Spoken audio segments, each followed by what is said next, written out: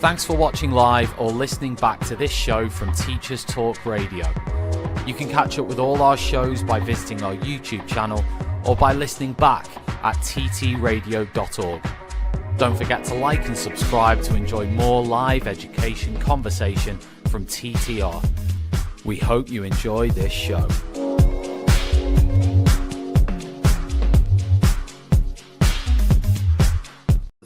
Outstanding and world-class vision and world-class this. I'm a real leadership geek, honestly. I've spent my whole career reading books and chatting to people. I just find the whole thing and the announcement, the way it's been announced, bizarre. If you could move away from a model where teachers are so intensely focused.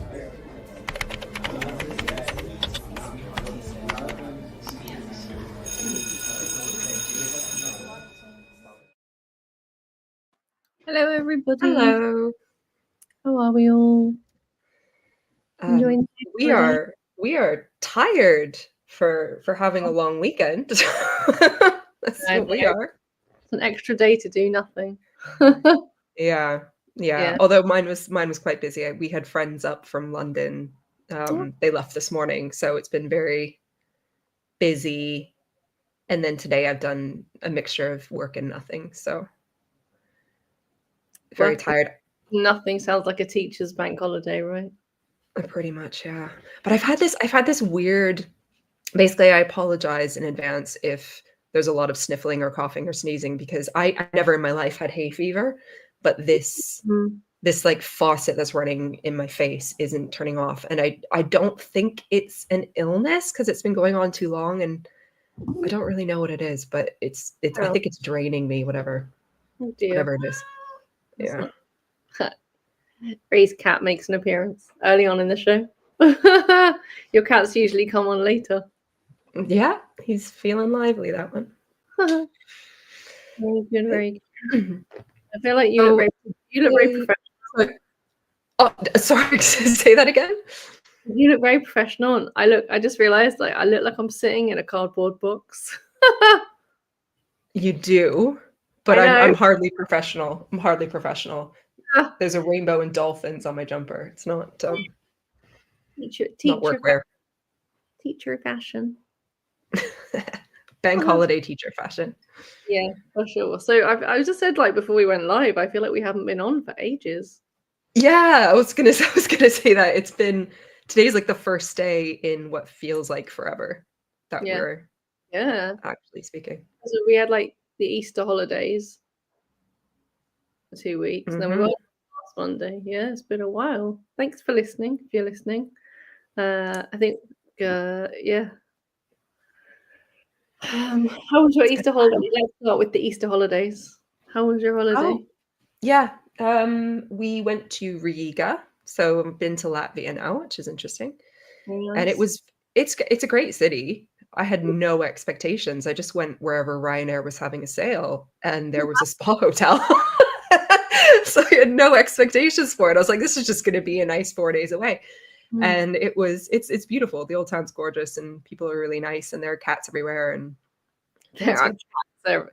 Do your cats know that you betrayed them with other cats? Well, here's the thing. I tried to betray them. There aren't actually that many stray cats. I just mean there's like cats. It's one of the logos of the city, one of the like symbols of the city. And then there's a Latvian film that came out recently, Flow, I think, that features a black cat. So that cat is everywhere. Like the stuff from the film is everywhere. And then there were a few stray cats, and I tried to cheat on my cats, but the Latvian cats were not really having any of it. They were not interested. I tried. I got rejected multiple times. Very like teacher holiday, right?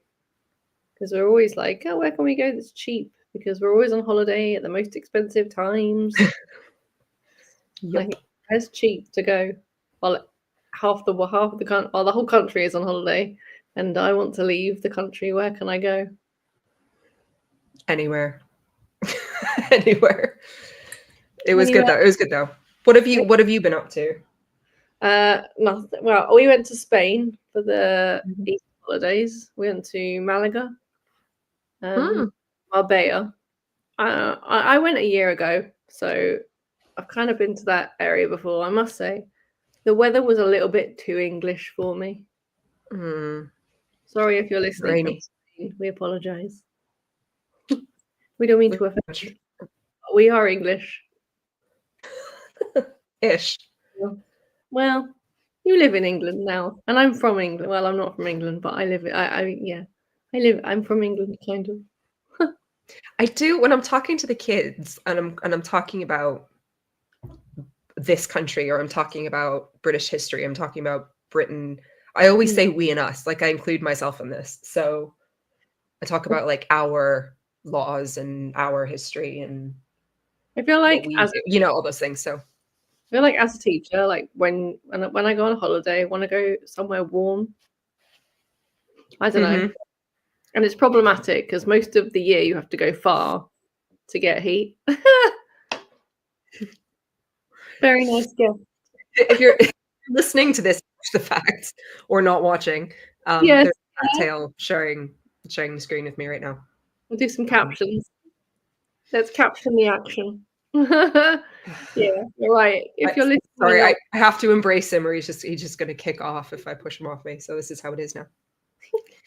Yeah, that's a good point. If you're listening and not watching, Grace's cat has made an appearance, but only its tail. Only the tail. Only the tail. Yeah, he's a bit camera shy. Yeah. So I feel like teachers especially tend to go on this desperate search for warm weather, sunshine, climates. Like it's gonna improve our overall lives. And we normally do that, but then with the sales on, we were just like, let's just go somewhere we haven't been before for a city break, and who cares what the weather's like. And it's a good thing we didn't care, because it was full winter for the first 2 days we were there, and then it got better. Okay. Yeah. I don't know. I just have this image of like going away in Europe any time of like the school academic year and being able to like just lie at a pool. Be warm and lie by a pool. That is like, that's it. That's all I want. Yeah. Same, but then you go somewhere that's not really warm, and because you feel like you have to lie by a pool, you end up lying by a pool in 18-degree weather. You're like, this is not fun. Yeah, it's true. What am I doing? It's true. And then you feel robbed of like a decent experience because you tried for something that can't happen, and it's just unsatisfying. It's like, I'd rather go to Riga in April when it's actually still winter. I think I realized that after years of trying. But anyway.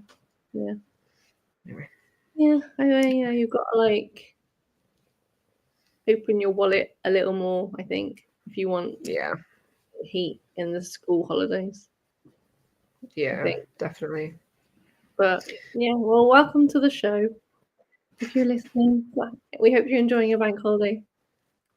How was your bank holiday? Last time we spoke, you were killing spiders. I've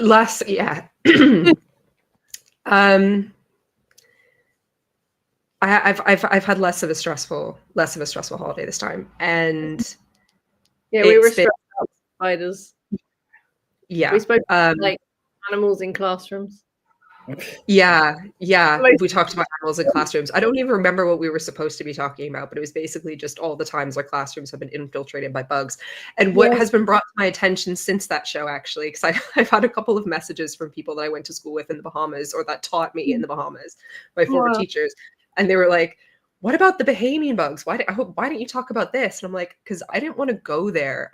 We spent 25 minutes talking about how traumatized I've been by spiders in this country. Do you think I want to talk about ground spiders the size of my hand? Oh my God. To grow up with? Absolutely not. Because I've seen those in schools too when I was a student. In your class? I would die. Not in the classroom, but I remember I will tell this one story, and then we're moving on from this topic. We have to. So I was in I must have been year 10 or 11. Okay. And so my secondary school in Nassau in the Bahamas, it's one of those, it's built for the climate, right? So rather than one big building, it's all these kind of small buildings, like little squares of 4 classrooms kind of dotted around. And then there's like paths or bridges or whatever to get to the different blocks. And I was crossing one of these narrow bridges to get to the languages block. And there was this bottleneck at the end of the bridge. And I was like, is there a fight? Which was really rare in my school, really, really rare in my school. I was Mm. like, oh, is someone gonna get suspended? You know, I was like, what's the drama? And so I crammed myself into this crowd, and I realized everyone's staring at the wall above one of the classroom doors. So it's on the outside. It's not indoors. It's like the outside of the classroom door leads into the open, into the outside, which is important. And I'm like, what are they staring at? And I'm like standing at this point, I'm standing at the edge of the bridge. It's just wide enough for two people to pass each other. And I see what they're staring at, and I just freeze. We call them ground spiders. I don't know what species they are. They're basically like tarantulas.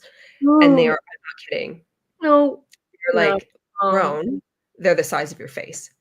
can't. And it's just sitting there on the wall above the door Oh, of the French room that I'm supposed to go into for my lesson. And Oh my it's just there. It's just there, which is unusual. I don't know why it was there. They're normally, as the name would suggest, on the ground under things. wow.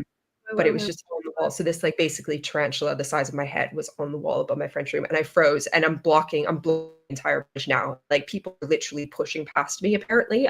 People were explaining this to me afterwards. I have no memory of it. People are like shoving past me, and I'm not moving. Like I physically cannot move my body. I was that scared. Like I literally just froze. I couldn't move.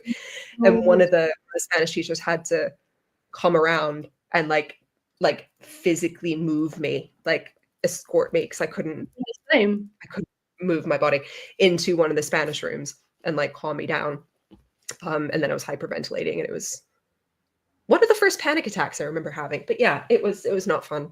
So like things like that, I don't really want to. I'd rather talk about the little tiny spider that was walking all over my hand in a lesson than relive my actual genuine childhood trauma. But yeah, I think I'd bring really short that for sure. Yeah. Did it go away?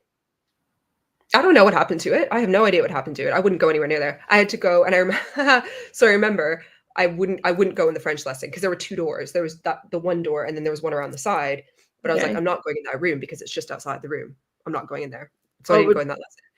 And then to get wherever I had to go next, I don't remember what lesson it was, but I had to like go around the back way. I think I had to go like down all the way to the ground floor, which was like down a level off a cliff, and like up a hill around. Like I had to do like a 6-minute walk around the whole campus to get to my next lesson, because I wouldn't go anywhere near it. I don't know what happened.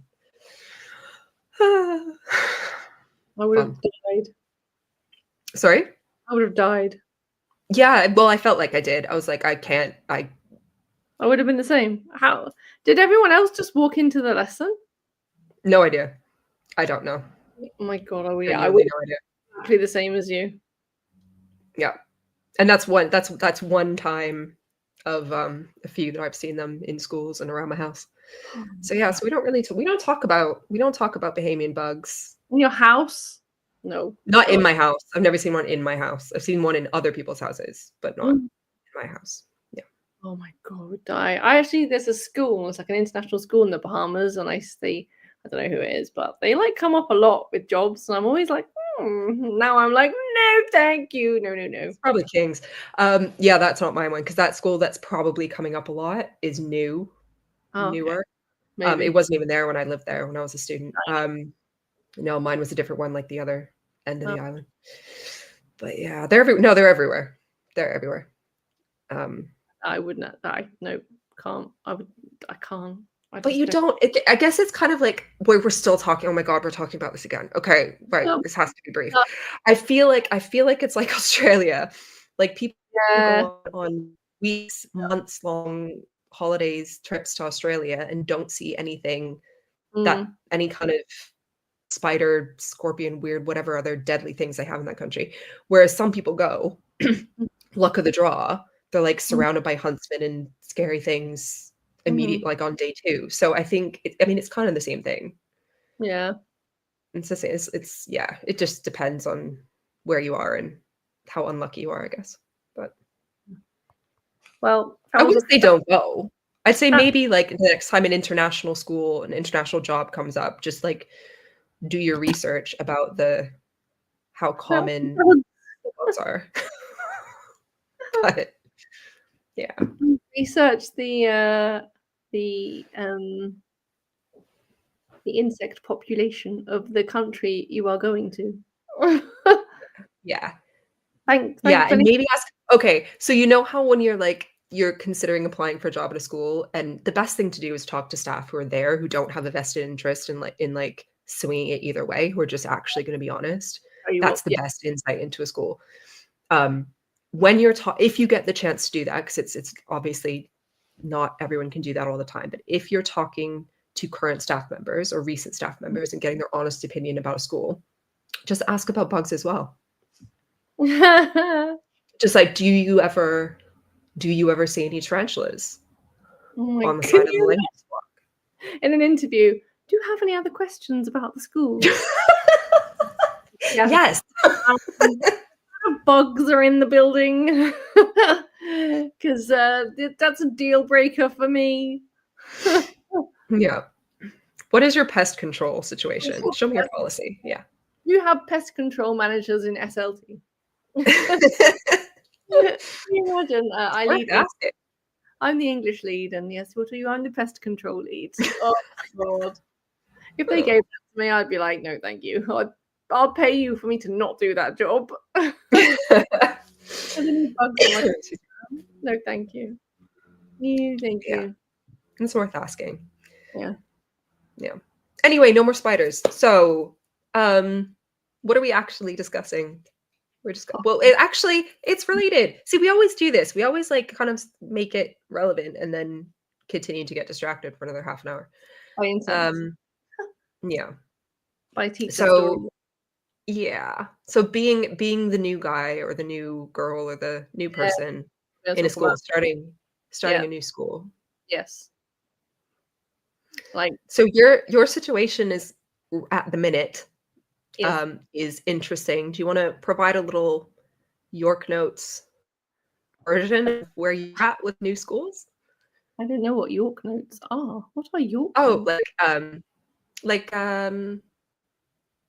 Well, I use them for A level. Well, I don't use them, but students use them for A level. It's like you're primary school, right? It's like a book of notes and information about a text, and some students think that they can read the Spark Notes or the York Notes or the Cliffs Notes or the whatever notes and not actually read the book. It's like a summary. Yeah, okay. They're lazy. I'll give you the blurb of my life over the past few months.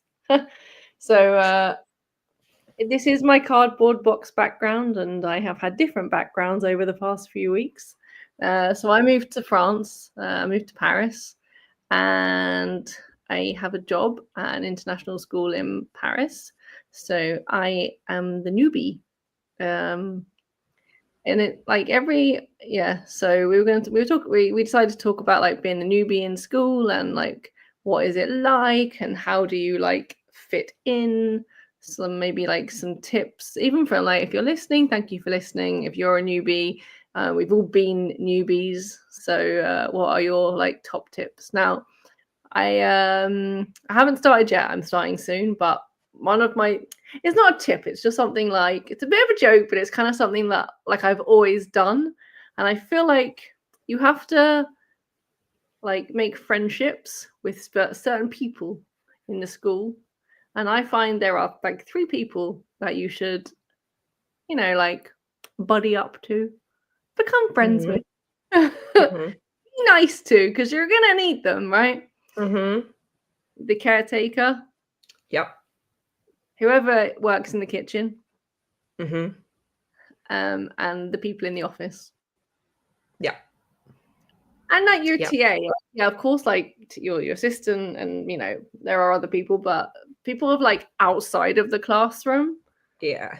I think though, those are really important people to kind of be fully friendly, agree. Get to know, just be hi, I'm Lianne, nice to meet you. Yeah, because everyone thinks oh, what about my department and the any TAs that I'm working with? If you're a class teacher, or if you're a TA, what class teacher am I gonna be working with? Exactly. But people forget the caretakers, the site staff. They they run that place practically. Yeah. And yeah, you need to know them and they need to know you, and because they're the people you're going to need favors from or immediate stuff from or asking stupid questions, or will need to, as was my case. I think February, I locked myself. Well, I didn't lock myself out of the building. I just didn't bring my key when I went to go drop some stuff off over the half term, and had to like call the caretakers being like, I'm so sorry. I need to interrupt whatever important work you're actually doing so you can come let me in the building because I'm an idiot. Okay. Yeah. So, you know, things like that. Definitely the caretakers. That's my number one. Yeah. Like Agreed. that's always my kind of advice, and it's always what I do, because you need those people, and you need them like outside of your classroom. Also, right, like, in terms of like the staff in the canteen, namely the staff in the kitchen, like the lunch ladies, of course, yes, but the staff in the kitchen in primary, because you have to do cooking in the primary curriculum. And you need the kitchen staff sometimes because you need their ovens. Like, I've had time before I was in year 1 and we were doing cooking, and it was like my assistant was quite buddy with the like the chefs in the kitchen. I was like, can you just ask them if we can use their oven? Because it was like a massive industrial oven. And they were like, yeah, of course you can. I was like, great, thank you very much. Nice. So when I was ahead of year and had to deal with like a whole bunch of stuff, that was to do with kids getting lunch or not getting lunch or jumping the queue or whatever. I talked to canteen staff a lot more than I do now, because I don't ever get food from the canteen either. So I basically have nothing to do with that. But I think the two, and just to prove that, you know, you need to be on good terms with people, because anyone could end up doing a favor for anybody. So I have twice in my career now had to go to people because I've dropped my phone in liquid and desperately needed rice to help dry it out faster. The first time I dropped it in the toilet, which we don't discuss, and the second time I dropped it like bottom where all the holes are, bottom down in a mug of tea. The possible scenario. And I just didn't trust that it wasn't what I didn't get somewhere.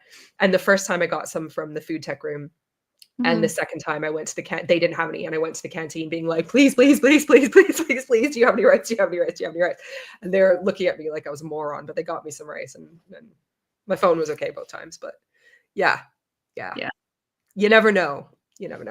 Yeah. Like, yeah, make friends with people outside of your classroom. I think you can get stuck in your classroom as a bubble sometimes, and you need to like befriend the wider community. Yeah. And Like- people like, I know, okay. So I've never been in a school where people have not been accused of being in cliques or being cliquey or, you know, being in group. I think like we're people and that's what we do, and they're friends, and just, I also think it's kind of exacerbated in schools when we're around students, when we're around young people who behave in certain ways. Like that can kind of come out. Not that the adults start necessarily acting like children, but I think the things we kind of accuse the kids of or notice with the kids, we can start kind of projecting onto our coworkers a little bit. So like every school I've worked in, there's been groups of people, and some groups that I've been part of and some that I haven't, been accused of being cliquey or being like, you know, socially elitist, I suppose. But I don't necessarily think, I mean, I'm sure there are groups of truly awful people in a number of schools, because some people are truly awful, but I think you need to be careful not to be put off, but like form your own opinions of people and keep open minds about individuals outside of your department, because if you listen to the people that you happen to be around all the time, you might write off some, like everyone outside of that department, or someone or a group of people maybe who are always in the staff room together, or a certain other department that you guys never see. You might write them off as being, oh, they're only friends with each other, they don't talk, or they're not, or they're weird, or whatever. Like just you know, be willing to make friends and communicate with people. But also sometimes people are awful, and like but like I've experienced a few times people saying, like, in different schools, people say things like, oh, that new person never comes in the staff room and we don't know who that person is, or is she like what's wrong with her, or why does that department never come to the staff room? Like at my very first school, the whole English department had this reputation that we never went in the staff room until a few of us started actually going in, because we only wanted to talk to each other and we were only interested in, and it's like we were actually genuinely all friends. Like we were all friends. We went on holidays together and stuff, and it was great. But also it turned into this weird thing, like half joking thing, where people would accuse us of being posh. I think because a couple people had gone to Cambridge, like that's a crime. But then and like they would joke about like how we only have quiche for lunch. Like it was ridiculous, and sometimes it was funny, but it was also something more serious. Like they genuinely thought like that we were just a bunch of posh, and I was like, I'm exempt from your social categories in this country. Don't bring that on me. But people can be really, really weird. So I think just like go in the staff room, say hello, introduce yourself, talk to people, but also don't let other people's pre-existing judgments of That's true. Yeah. other departments or other people make you view them in a negative way. I think just try to keep an open mind. Yeah, like I think it can be scary also, can't it, to walk into the staff room? I mean, like, you don't know anyone, but yeah, I think it's important because, well, you need people around you in the job, and especially like for primary, if you're in like a one-form entry primary, you don't have a department around you. You kind of only have your like classroom team, and maybe you don't even have a classroom team because we all know there's no funding in education, and so a lot of classroom teams are like just you by yourself.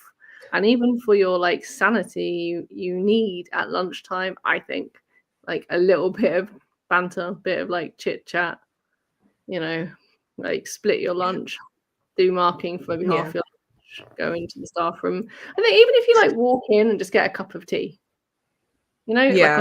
because I would be nervous to walk in if I didn't know anybody. Oh, like I would be. I know I would be.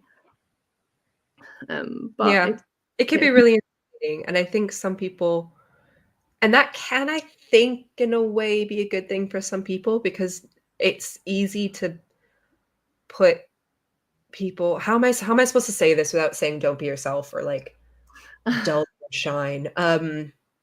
If you come on too strong, or you're too like overly enthusiastic and bubbly, people will be sitting there wishing you would shut up. Like just. So some people, maybe that like caution, I guess, would be a good thing. But I don't want to like, I'm not the expert on making friends or being social. I'm really, really quite the opposite. So I'm not going to, but I've also seen that. I've seen people come in and be like, act like they own the place automatically. And then it gets people's backs up, especially if you've got teachers who've been there for 10 years. They're like, who is this guy? Like it can rub people the wrong way, I think, in schools when you've got those established staff.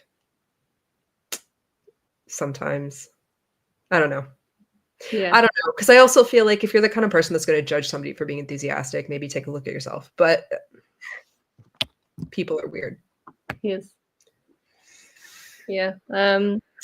Maybe we'll do a pause here and we can talk about the Teachers Talk Radio newsletter, because we have quite a few people listening. If you're listening, we hope you had a nice bank holiday. Thank you for listening.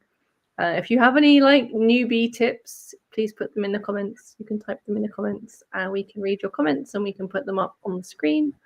Like we're like BBC News here, like very professional. It's great. So yeah, we have a Teachers Talk Radio newsletter, and you can subscribe to our newsletter, all about teaching, give you some shows to listen to. It's called Soundbites and Insights, and it's delivered to 10,000 educators a week. It'll come into your email inbox. It contains a curated selection of 4 standout Teachers Talk Radio shows from the week, exclusive discounts. You'll get exclusive offers from our sponsors. And it's really simple. You can sign up at the website. We have a website, ttradio.org/newsletter. So you'll get some really good shows to listen to. Hopefully ours will appear there sometimes. And our other sponsor is John Catt. So our show is brought to you in partnership with John Catt Educational Publishers of professional development books and resources that support great teaching and learning in schools around the world. level up your professional development today and visit. So here's the website in case you want to write it down or just pop it into your phone or wherever you're listening to us on. Their website is johncatbookshop.com. You can explore the full range of titles, and we have a 20% off your order. We have a discount code, which is in capital letters, JCTTR2425. And John Cat have been with us for a long time. They've got a great selection of books, so make sure you go and have a look on their website. Maybe there's some advice on how to start at a new school. Yeah, because it's hard. Scary, right? Like it's scary.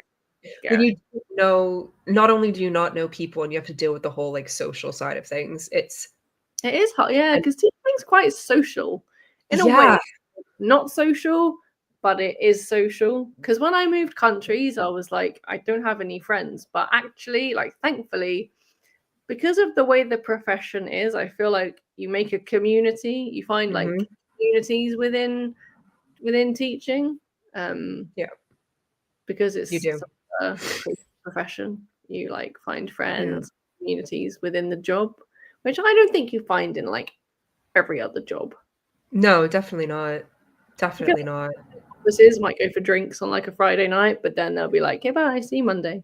Whereas, and I think of like the people that everyone. I think of that stereotype that everybody hates. You know, the blue suit and the brown shoes, the corporate minded, like SLT, that the judgmental hard ass, the those kind of people that the average Joe Blogs teacher never wants to see again, let alone work with. And I think like they drastically and tragically underestimate the importance of humanity in schools and being social and being decent to people, and the people who seem to actually enjoy their job and like their coworkers and generally aren't miserable, money-minded, insane people are the ones who actually get along with their colleagues and see them as humans and have a little time to be social, even if it's not every Friday or every lunchtime.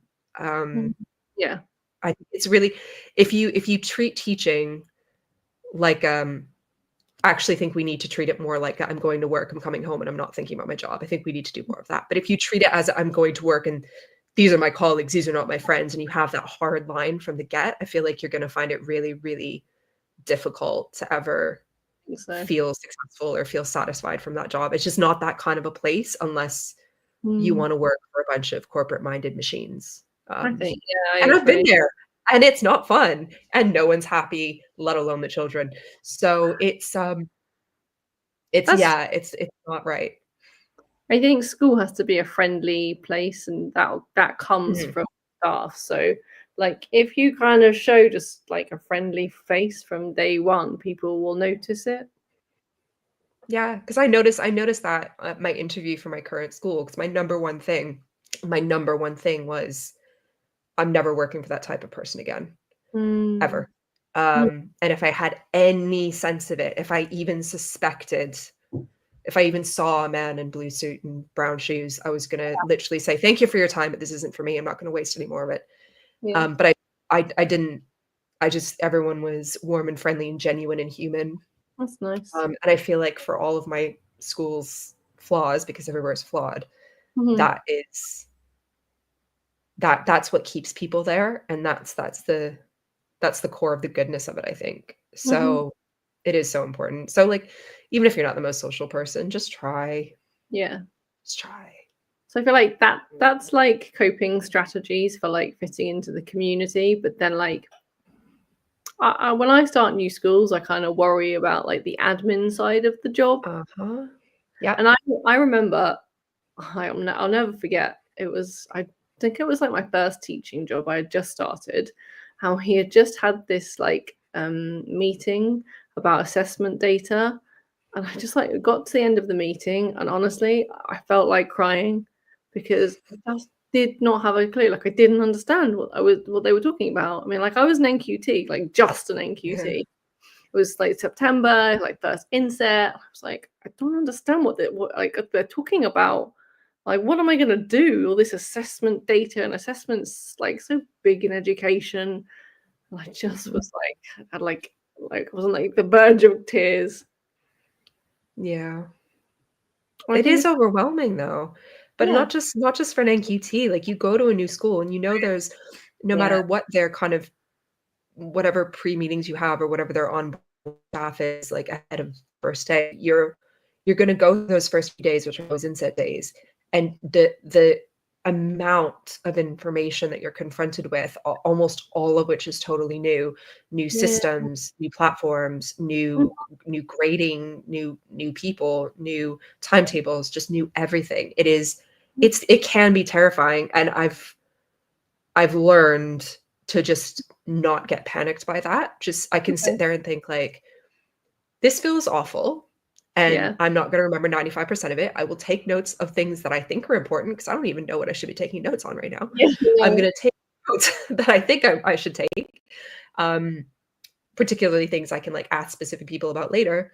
And one of the things I always take notes on is like who the specific people are, like who the SLT who introduce themselves are and what their focus is, because I don't want to have to go flipping through a staff handbook to find that. And I just stay calm about it and just be like, yeah, this sucks, but that's okay, because this is normal and everyone experiences this. And it's not that I failed to prepare adequately. It's not that they're doing a bad job of introducing me to anything. This is just how it is on the first few days, and that's okay.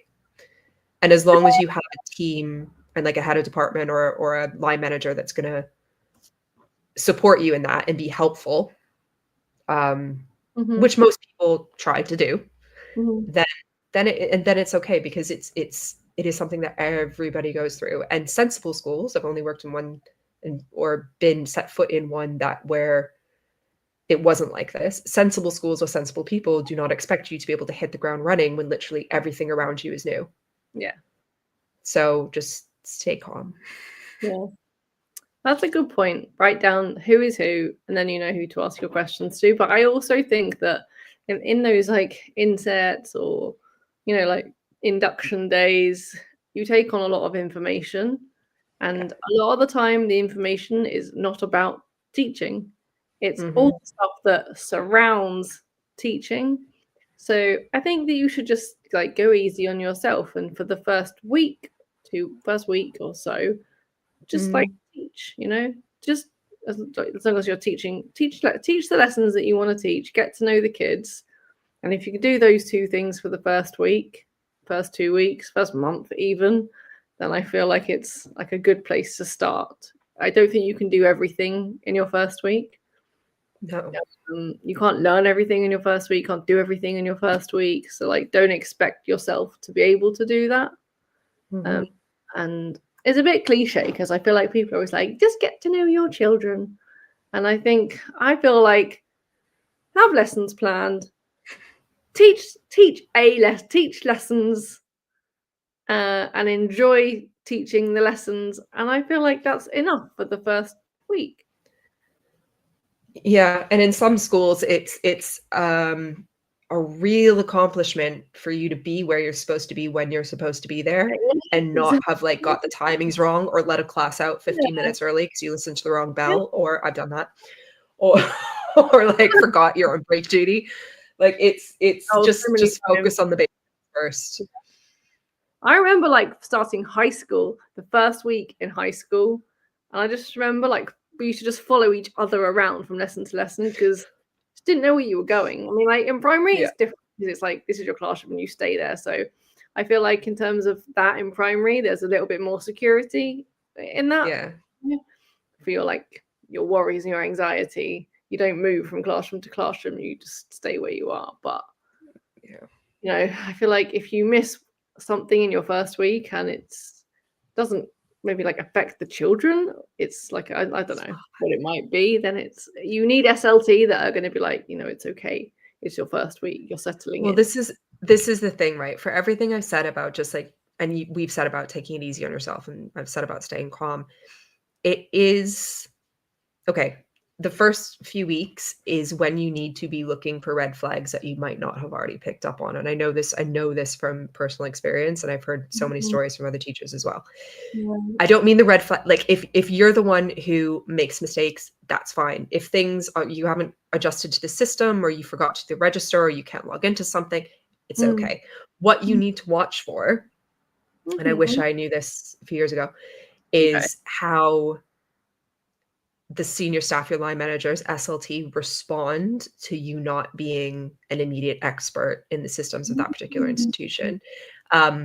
Important. Because if their response is supportive, or, you know, pointing out what you should have done, but like in a constructive, helpful way that's gonna, you know, make sure you actually can do it right next time and you don't feel terrible about yourself, great, good. If they are judgmental or patronizing or angry or calling you out in front of other people or implying that you should know this already, or just general awful human things, that is something to definitely take note of, because that's the kind of thing that you wouldn't necessarily have picked up on during an interview, because in the interview situation, there's a really good chance, if you've been hired, it was either a very strong interview day, or they were trying to sell it to you, or you know, it's just, now that you're actually there, they have you under their thumb, you should be doing X, Y, and Z. How people respond is important, and how people higher up in a hierarchy treat people beneath them tells you a lot about that individual, but also about the institution and the system that they're operating within, the values of that place, whether or not this is the right thing for you. Because if you get any indication that these are not supportive people, and I'm not talking about like that random SLT member that you see, like, you know, once a week, if that, I'm talking about the people that actually line manage you or impact your daily life. If that's a negative situation, then I would seriously consider if this is a good life choice, or we need to reconsider. Not to scare anyone, but no, I just feel like we're so sorry, but we're so, because we martyr ourselves so much for this job, it's really easy for us to be like, oh, it's fine, I'll deal with it, or oh, I'll just do this at home, or oh, it's fine, I was stupid, I forgot, like, to talk down to ourselves, because that's what we do all the time. We sacrifice our own needs for other people, and we shouldn't be doing that. Yeah, I know, I agree totally. And I think, you know, like in an interview state, like in an observation state, you're not seeing reality, are you? Like, no. You know, you're not seeing reality. You're seeing like a different person, and you might see a different side of a school, like, you know, when Ofsted are coming, or when someone's being observed, and everybody's like, okay, like, sit nicely and like behave correctly. And no, I mean, I've never thought of it that way, but you're right. Like, keep your eyes open, I guess, in the first few weeks. Just get out of a horrible situation before it gets worse, before you're like entrenched. But also, as long as you're looking for genuine red flags and not just looking for reasons to doubt yourself when you know that you're doing everything that you can, and people are actually being decent. Because I think a lot of us suffer this weird imposter syndrome, like, all I'm good at is this one subject that I teach, and I can't do it. It's why so many of us are stuck in teaching. Like, we feel like we can't do anything else when we actually don't want to be doing this job anymore, or don't want to be in the system that we're in. But we feel like we can't do anything else, so we put up with stuff we shouldn't put up with. But anyway, and also, and there's the other, like, I've thought this at various points in my career as well. Like, if I leave where I am now, I'm just going to have to be the new guy again. Like, I'm going to be the new girl again. And we moved every year of my life when I was a kid up until I was 9. So I was the new girl every single school year, every single school year that I was a child. And it is exhausting. And so when you find somewhere, it's like the last thing you want to do is, like, you want to be thinking, I can put down roots and stay here a while, like, make this work. But sometimes you gotta pull them roots up and move along. So how did you kind of, what were your strategies again? Like, as a child? To be relate still to adulthood. Like, you're still the newbie in a school. It's kind of the same as being the kid newbie. You don't know anyone. You don't know where to go. You don't know what time lunch is. You don't know where the toilet is. Okay. Well, do you know how I coped? I became emotionally shut off, excessively self-sufficient, independent to a fault, and I pushed people away before I had to go. So it wasn't exactly like productive Yeah. coping strategies. I've had to I've had to learn as an adult like a Yeah. whole different way of doing this. Yeah. So I'm not, no, my childhood experiences do not really, I actually find myself, I've always found myself fighting against those childhood experiences in order to be a Right. productive adult and a decent, Mhm. I don't want to say employee, but like in order to be a decent teacher and a decent colleague. Mhm. It's like a constant fight against Yeah. those experiences. So I feel like the more you have been the new guy, the harder, especially as a kid, the harder it is actually to do it as an adult. That's my personal experience. Really? Yeah. Well, you've got to change it as an adult. You probably have to like assimilate differently, don't you? Yeah, and you have to go into it assuming Yeah. that you're going to be there for a length of time and these relationships are worth cultivating. Whereas as a Yeah. child, I learned very quickly, like, I'm not going to see these people. Yeah. I'm only going to be around them for a certain length of time. I'm not going to see them afterwards. So why would I get emotionally invested? Why Mhm. would I make an effort? Why would I be anything other than exactly what I want to be when I want to be it? Why would I adjust my set? Like, and I get all these comments about, independent and strong-minded and confident in herself. And it's like, because I had no reason to socially adapt at all, because I knew I was just going to go. Yeah. And that's not healthy. So trying to be an adult in a like for any length of time, any prolonged time, it has taken a lot of kind of maturing and growing up. And I feel really bad for people at my first school who had to tolerate me in my first like actual professional job. Oh no. Yeah. Yeah. Yeah. No, I think yeah. I feel like we've covered a lot of good advice Yeah. on what to do when you're the newbie. If you are a newbie and you're listening, you can let us know in the comments. Mhm. Like, what are your tips? Or if you're not a newbie. In fact, I would like to call out my mum because my mum just retired and she was a pharmacist at the same pharmacy for 35 years. Whoa. No newbies here. And Wow. if you would like to be a newbie, we do have lots of shows that need hosts. So you could be a newbie at Teachers Talk Radio if you want to be. We're very friendly. Mm-hmm. We will talk to you. I mean, we don't have a staff room, but we will talk to you in our chats. The We're a very internet is yes, the internet is our staff room. The app is our staff room. But yeah. No, I think what you said about like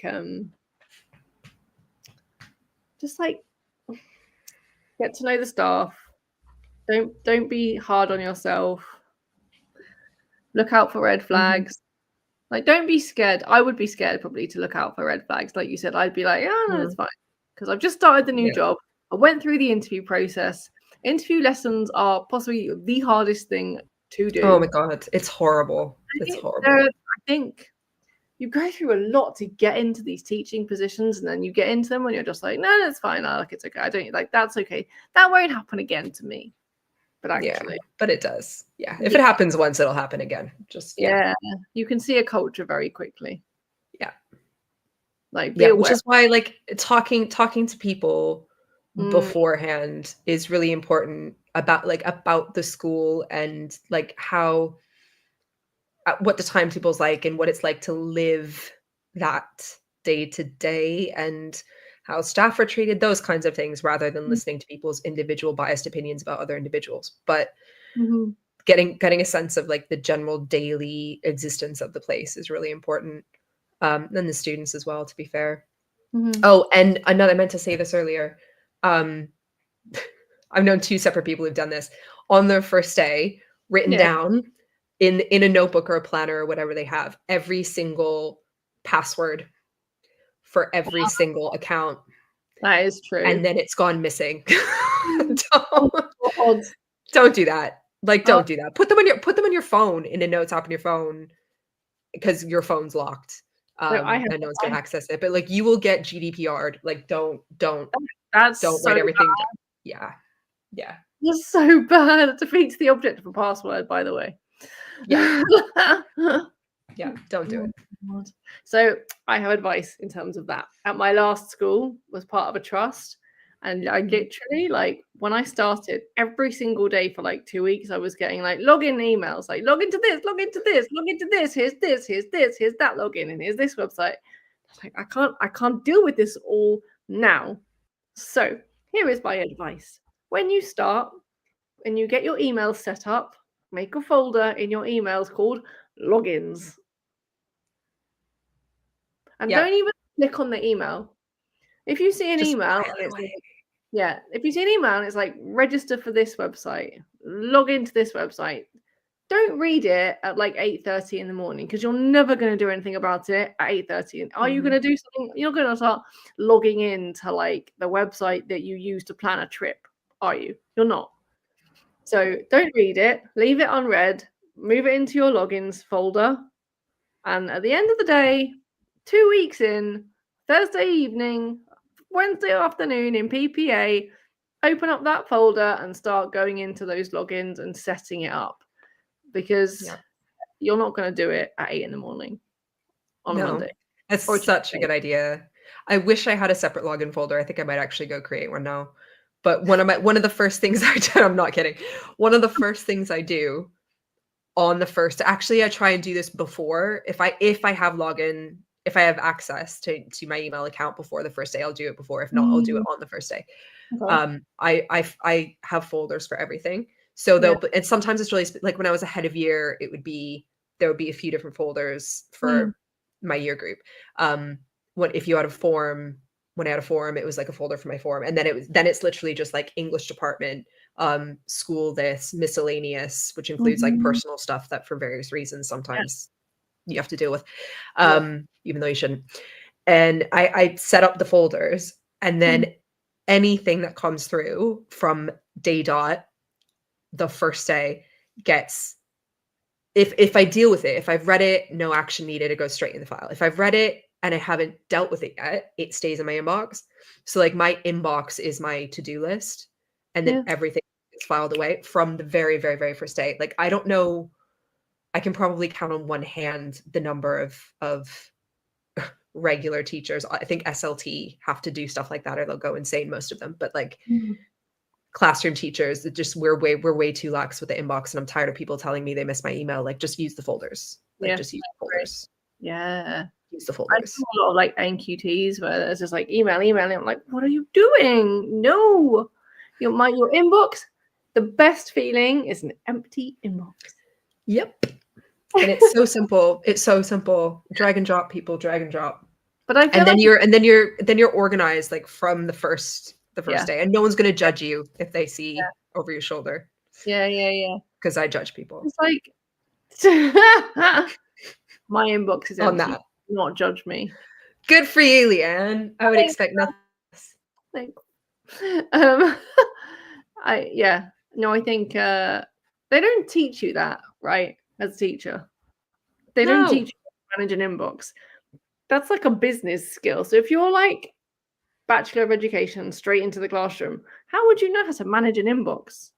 You wouldn't. That's that's life admin skills, though. Yeah, that's like if you're an organized person and you realize that folders exist, you're gonna figure it out quite quickly. But if like they certainly don't go through like how to cope with the admin pressures of teaching every day. Like there's no course, there's no section of a PGCE that's devoted to managing information that people are constantly throwing at you for 8 hours a day. Yeah, so no. It's not standard. I think that's important advice, especially if you're an NQT. That's like, it's nothing to do with teaching. It's nothing to do with the kids, but it is something that you're going to have to manage. That's just like part of like, the world we live in. 21st century, you will have to deal with technology, and you'll have to deal with technology that needs a response. Whether it be an email, like a message from a parent, everything is technology, and everything is like coming at you all the time. So you have to have ways to manage it where you don't have to deal with it all the time. I think like that's important. Yeah, absolutely. And if you do have an email address, you can get our Teachers Talk Radio newsletter, which we will tell you about. So we have quite a few listeners. So thank you very much for listening. We really appreciate it. We know it's bank holiday. There's probably a bit of like bank holiday blues because we're going back to school tomorrow, but we hope we have given you a bit of joy on your Monday evening. And if you would like some more joy in your inbox, you can subscribe to our weekly newsletter. Sorry, that's great.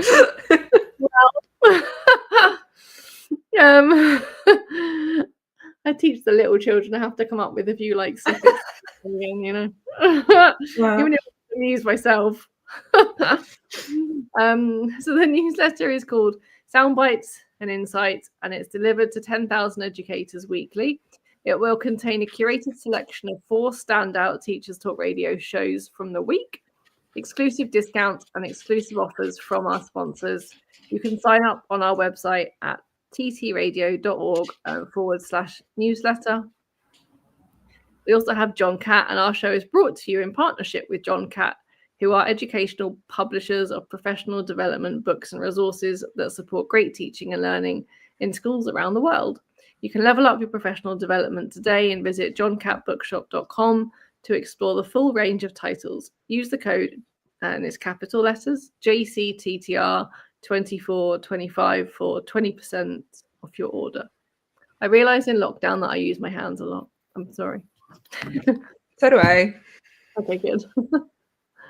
I mean, I remember like phoning children, being like, "Hi, you okay? Yeah, fine. Okay, so I'm going to teach you a maths lesson on the phone," and I'd be like, "This, like, what am I doing?" They can't Wait. You had to phone them. Yes, we had to and call teach children. the maths on the phone. Didn't have to, but there were like we did video lessons, and there were times when I would be marking the work, and I'd be like, "No, this kid did not understand." So I remember phoning it. Okay. No, just like a one-off. But I remember phoning a kid and teaching a maths lesson. Yeah. Or, sorry. I thought they were you had to like call up all these students individually and teach them. That's a red flag. But I do remember recording, or I don't know, like teaching online and pointing to stuff on the laptop. Being like, "You can't see what I'm pointing to. What am I doing?" I've done that. Yeah. Which is another thing of like be ready to adapt, like be amenable to adapting new school. I don't think you should have to change the way you teach because that's personal to everybody. But any place that demands that you do that is a red flag. Yes. Yeah. They hired you because of your skills and your expertise and your style and your knowledge and all of those things. And if they demand you do a 180 to fit into a box, then it's not a good fit. No. Or if there's like, "Here's the scheme, teach it." But I'm not very well. Although there's something I know there have been a lot of discussions about this. If they say here's a scheme of work, or here's the booklet, or here's a series of lessons. If they say that, but then say like, feel free to adapt and change for your own class, that's a green flag. Because they're giving you stuff to work with, but they're allowing you freedom and autonomy to do what you think you need to do for your students. Green flag. Yes. Yeah. Like that. Green flag up. Yeah, I agree. Yeah. Wow. There was something else I just thought of that I was like, oh, right. Again, from personal experience. So familiarize yourself. I know this is not so much for NQTs, because I feel like if you go in as an ECT, I feel like you're kind of forced to do this more. But as an experienced teacher, if you're switching schools, no one really checks up on this. You kind of have to like tick a box and say that you've read 12 different policies. And no one I know reads them. At best, they are skimmed. Okay. Yeah. At best, they're skimmed. Some people I know that I will never name don't even bother. They just tick the boxes and sign it. Yeah. It's the things. Reads them. Because some stuff, sorry, my dog's whining. Some stuff may surprise you. Some stuff you need to know. Some things may bite you if you don't read them. Just read the policies. It's my final bit of advice. That's true, actually. Yeah, it can. Yeah, it can bite you in the later. Yeah, that's true. Well, it is 8:30 and my dog is whining. And my cat's here. Well, your cat's made an appearance, so that we know it's the end of the show. Yeah, it's right on time. Yeah, he always appears at the end. So yeah, if you are if you're the newbie tomorrow, good luck. We hope our advice is helpful, and or don't be too hard on yourself if you're the newbie tomorrow. No. Yeah, because it's a hard you'll be fine as it is, and yeah. So we will see you in 2 weeks' time. Bye for now. Bye. Outstanding and world-class vision and world-class this. I'm a real leadership geek, honestly. I've spent my whole career reading books and chatting to people. I just find the whole thing and the announcement, the way it's been announced, bizarre. If you could move away from a model where teachers are so intensely focused.